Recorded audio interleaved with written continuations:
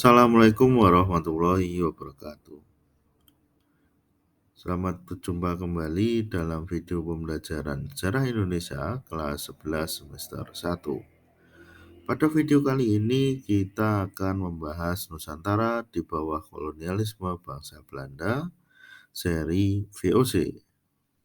Materi yang akan kita bahas dalam video kali ini adalah latar belakang penjajahan Belanda, proses awal kedatangan Belanda, munculnya kongsi dagang VOC, dan perkembangan VOC di Nusantara.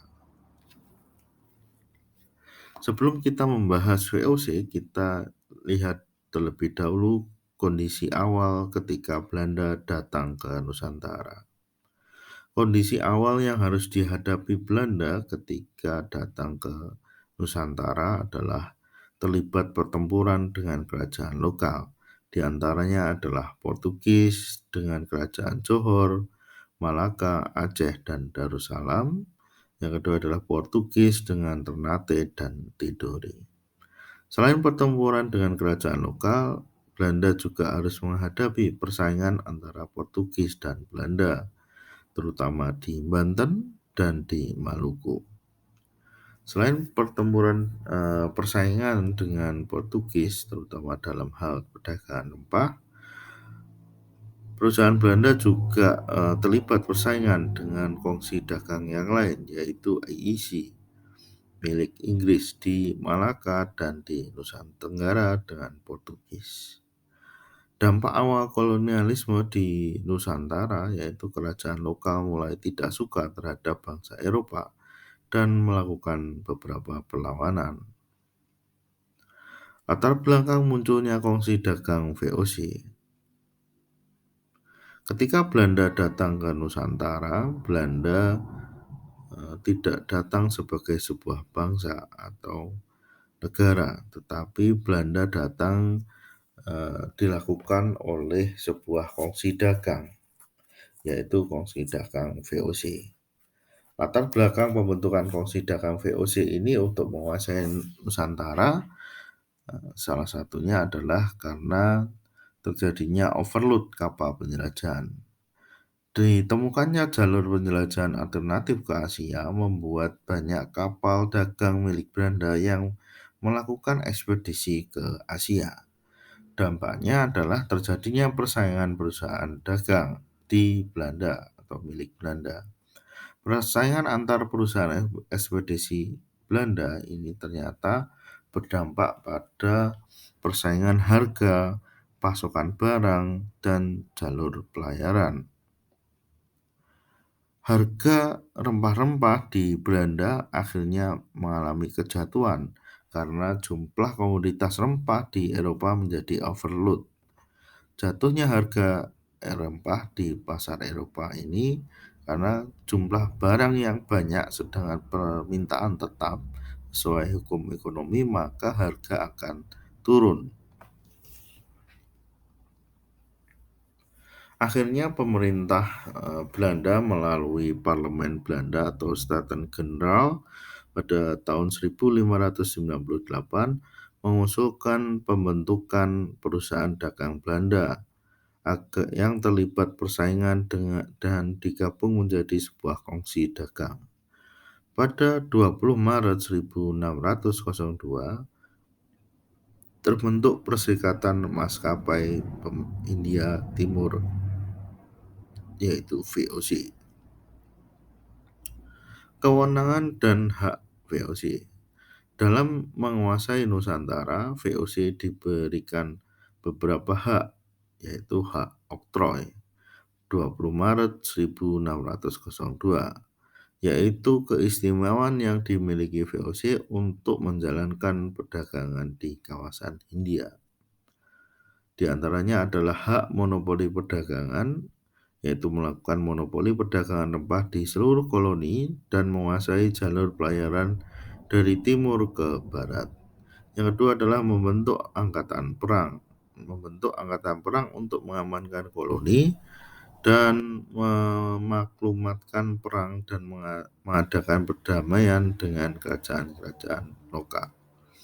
Yang ketiga adalah mengadakan perjanjian dengan raja lokal. VOC melakukan perjanjian dengan raja lokal untuk melakukan perdagangan ataupun membentuk koloni di daerahnya. Perjanjian berkaitan dengan kemenangan VOC. Yang ketiga adalah mengeluarkan mata uang sendiri. Tahun 1727, VOC mengedarkan duit atau uang tembaga recehan untuk menggantikan cese Cina. Yang kelima adalah wakil VOC ini sebagai wakil kerajaan Belanda di daerah koloni. Sebagai perwakilan kerajaan Belanda di daerah jajahan dalam bidang perdagangan maupun politik. Dan yang terakhir adalah hak membentuk koloni, yaitu merebut dan menduduki daerah asing di luar negeri Belanda dan memerintah daerah-daerah tersebut. Ini adalah dokumen hak oktroy yang dimiliki oleh VOC. Selanjutnya adalah struktur koloni VOC. Struktur koloni VOC ini dipimpin oleh 16 gubernur atau 16 direktur atau 17 direktur atau Heren 17, di mana dari 17 itu dibagi menjadi ada Majelis VOC Amsterdam yang menjadi kantor pusat dari VOC dengan memiliki 8 direktur. Kemudian ada majelis di bawahnya Amsterdam membawai Majelis VOC Middelburg, Majelis VOC Enkhuizen, Majelis VOC Arnhem, Majelis VOC Rotterdam, dan Majelis VOC Delft. Masing-masing memiliki beberapa direktur. Sedangkan untuk di Hindia Belanda atau di koloni, ini dipimpin oleh kantor pusat perwakilan VOC yang dipimpin oleh Gubernur Jenderal, dan di bawahnya dipimpin oleh perwakilan VOC atau gubernur, biasanya menjabat di sebuah kepulauan. Sedangkan untuk kantor pusat ini menguasai seluruh Nusantara, berada di Batavia. Gubernur Jenderal Petersburg berjasa dalam mendirikan VOC di Jayakarta, jadi Gubernur Jenderal pertama di Nusantara. Kemudian selanjutnya digantikan oleh Gubernur Jenderal John Peter Koen, berjasa dalam merebut Jayakarta dan mendirikan Batavia.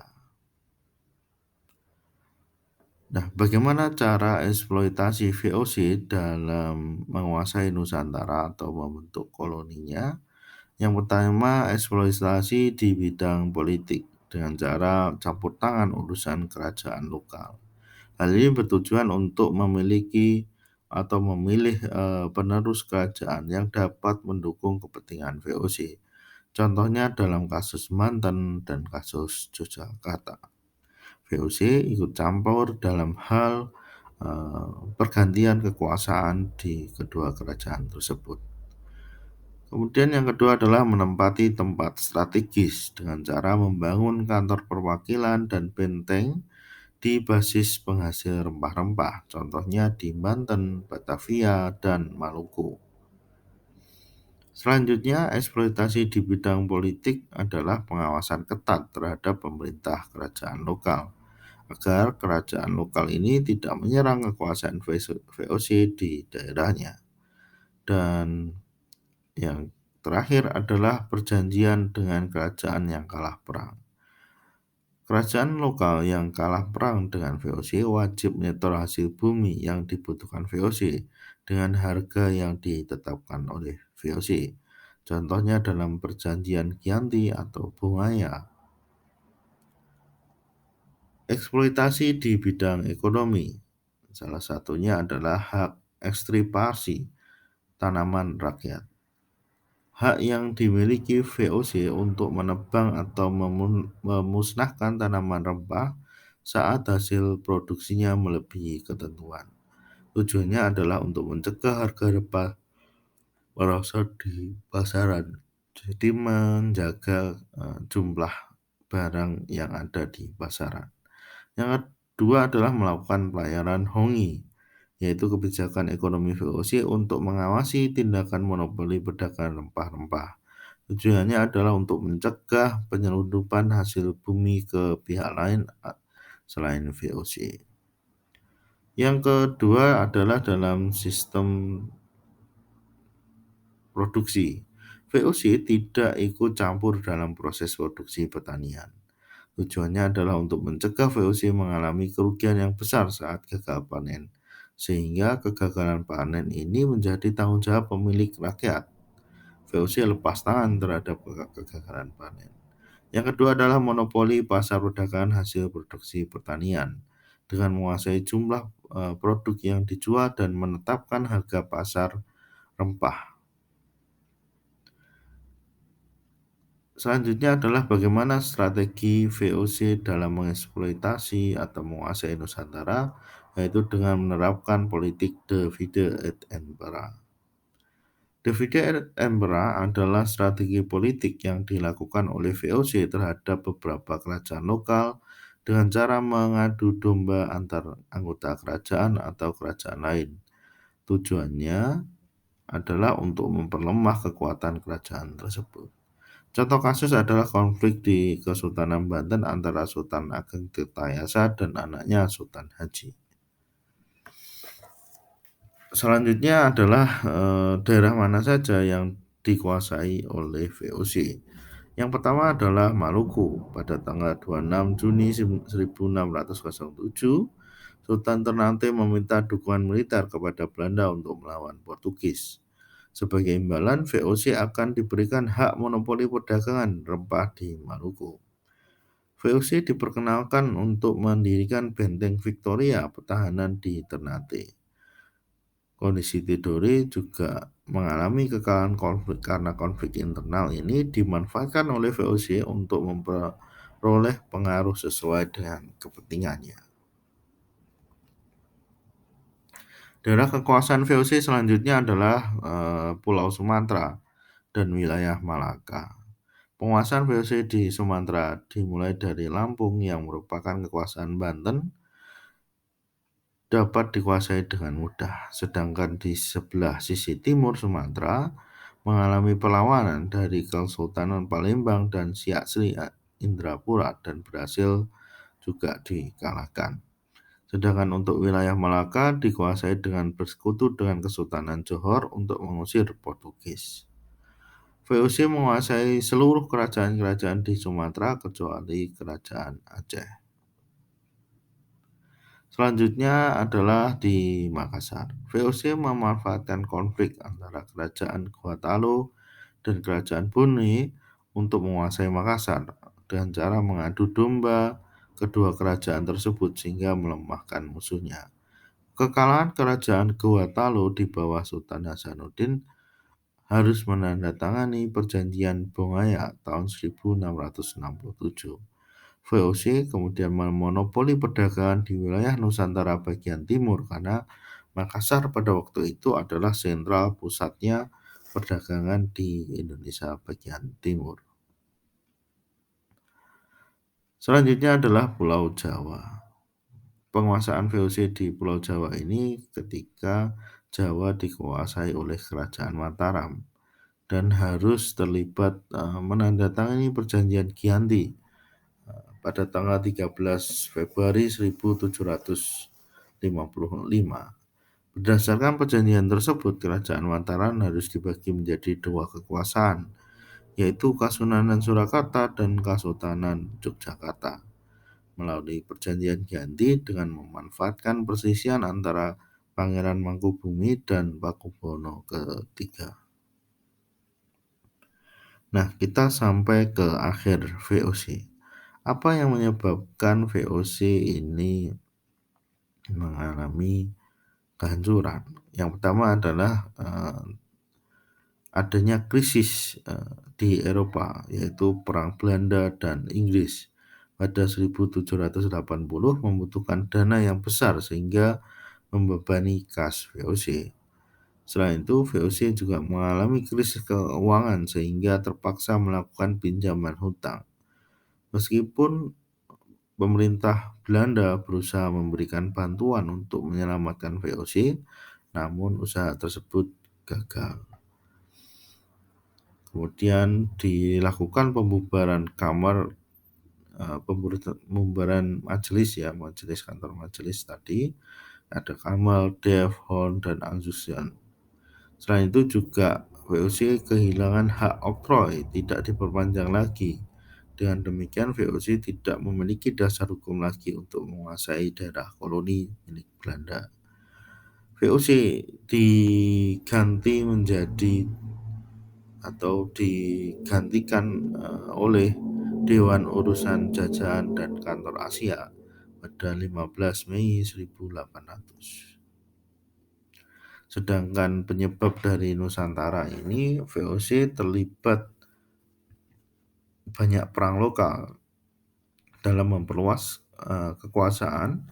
VOC sering terlibat perang antara kerajaan atau terkadang membantu perang yang justru mengeluarkan biaya yang sangat besar.